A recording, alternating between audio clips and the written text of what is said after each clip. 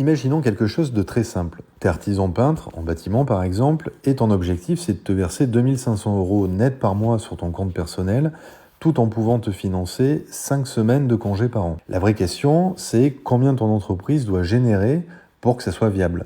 Et pour ça, il faut faire un calcul très simple.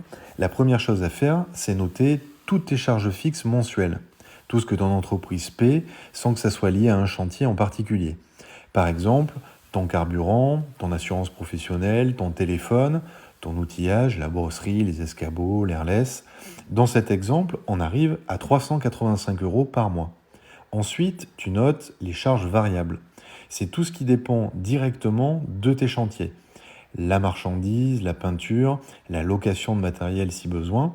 Dans cet exemple, on arrive environ à 660 euros. Ensuite, il faut ajouter quelque chose que beaucoup d'artisans oublient, les provisions. C'est de l'argent que tu mets de côté sur ton compte pour t'autofinancer. Tes congés, les imprévus, les réparations ou même une amende. Dans cet exemple, on prévoit 350 euros. Ensuite, on ajoute les cotisations. Donc dans cette activité, elles sont de 22,1%. Dans cet exemple, on arrive à 1105 euros.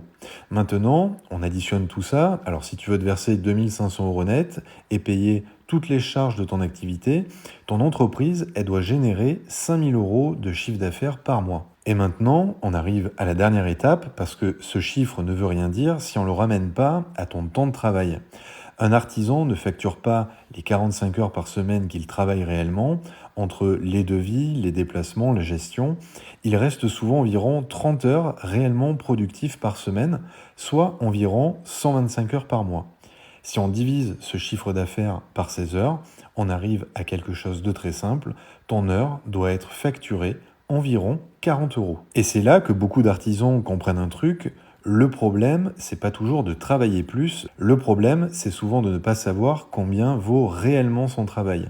Si tu vends en dessous de 40 euros de l'heure, dans cet exemple, tu auras soit moins de revenus, soit moins de congés, soit moins de trésorerie. Et à l'inverse, tout ce que tu factures au-dessus viendra augmenter ta trésorerie et ta sécurité financière.